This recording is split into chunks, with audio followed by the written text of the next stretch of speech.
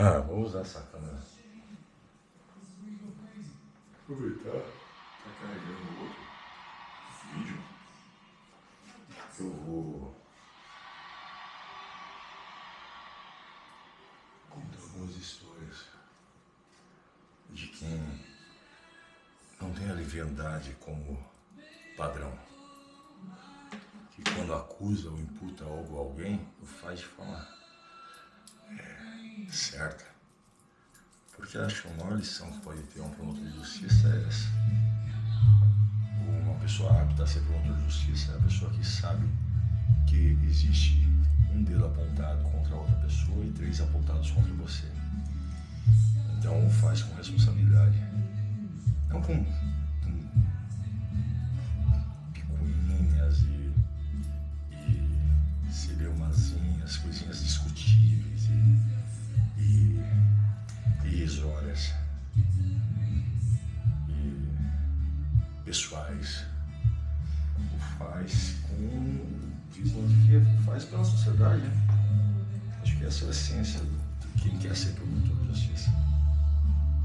Como eu sempre quis e sempre vou ser. No mais isso, contar algumas histórias. Teve um caso que é bem interessante, que o réu, ele inventa um álibi. E o álibi dele é no sentido de que ele não estava na cena do crime, porquanto o pai dele o tinha reconhecido naquele final de semana e havia também um reconhecimento de paternidade inequívoco, nos autos, comprovado, e lá existia também a passagem de ônibus, existia também o depoimento do pai em plenário. Só que esse acusado, ele era acusado de outros crimes, alguns crimes bem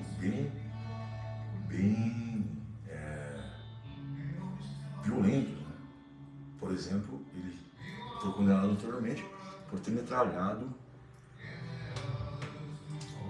um desafeto na porta de um fórum aqui no Distrito Federal. Era imputado a ele a liderança de uma organização criminosa e falava-se em 48 outros homicídios, ou 48 homicídios no total, aos quais ele teria sido responsável direto e teria executado mais das vezes. Era o primeiro júri do meu retorno a Brasília, porque eu fui promotor do júri de Brasília na época de estágio probatório, muito tempo atrás, e teria passado aqui 1 ou 2 anos, ainda muito jovem. E aí eu volto com esse júri eram 3 ou 4 réus, existia esse álibi muito bem fundamentado. E aí eu falei assim, eram uns 15, 16 advogados, advogados excelentes assim, experientes, né? Aí eu falei assim, às vezes a gente reza muito durante o julgamento, as pessoas não sabem o que se passa na cabeça, naquelas questões todas, tudo que se envolve. Às vezes assim, tem essas questões correlatas, institucionais, pessoais, e às vezes eu tento ficar focado ali. E no meio, quase chegando no final do julgamento, o momento já se estendia pela noite adentro já.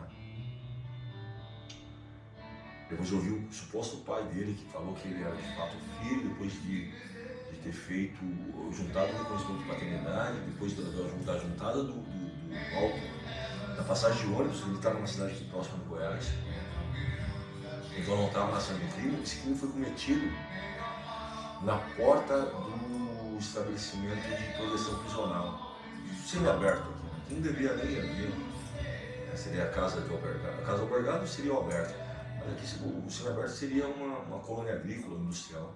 Aqui era no CIA. E eles saem, eles têm benefícios e tal, só dormem lá, é um alojamento, na verdade.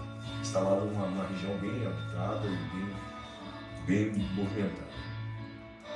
E lá eles executaram e salvo engano foi lá a execução de crime, porque são todos os crimes desse grupo criminoso. E existiu o crime interior da Porta do Fórum, né, de Santa Maria. Então existia toda uma estrutura de segurança, helicóptero, a polícia cercando o fórum todo. E só que ele elenca esse álibi, um álibi quase indestrutível, né?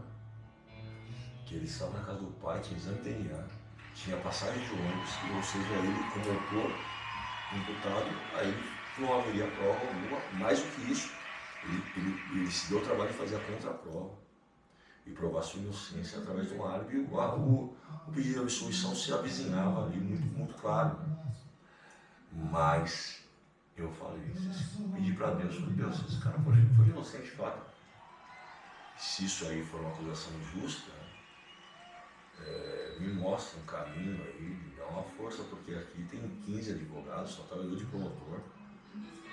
É a primeira volta no Júri de Brasília, que eu sempre quis estar, assim, até pela honra que foi trabalhar com Maria José, com Maurício Miranda, com esses grandes promotores da época. E aí eu titular agora, né? Aí eu peguei um processo físico, mas sim digital, né? Era esse meio termo aí. Existia o físico muito grande ainda, do lado eu peguei o físico, botei na mesa do lado, ele caiu. E eu olhava aquele panorama probatório e ia já iniciar a fase dos debates. Ouvindo a última testemunha, iria iniciar o interrogatório dos acusados. Eram 3 ou 4 acusados nesse processo. Os 4 foram identificados como os autores que atiraram e mataram. Esse crime não foi na frente do presídio, do semiaberto. Foi numa rua extremamente habitada, na cidade satélite, numa tarde de sábado. E aí eles executaram o desafeto deles. Né? Charagalba, o nome da vítima, o apelido da vítima. E depois, bem, aí me abre exatamente no exame de DNA. E eu falo, ué, aquelas conversas informais com Deus, né? Meu Deus, vocês ainda querem me falar alguma coisa, mas assim, dá para ser mais claro, porque aqui me parece que é absolvição, então, né? Só que eu tenho um hábito de andar com uma lupa. Hábito que eu realizei com o tempo. Eu sempre ando com a lupa. Não, essa é muito grande. Esse livro é bom. Esse não é, e aquele. Mas assim, a lupa. Tá com a lupa pequena. Aí eu fico olhando o exame de DNA. O pai dele, velho. Que existe ali de nada além do que ser o pai dele. Aí eu vejo uma nota de rodapé minúscula, muito pequena assim, e a nota de rodapé fala o seguinte: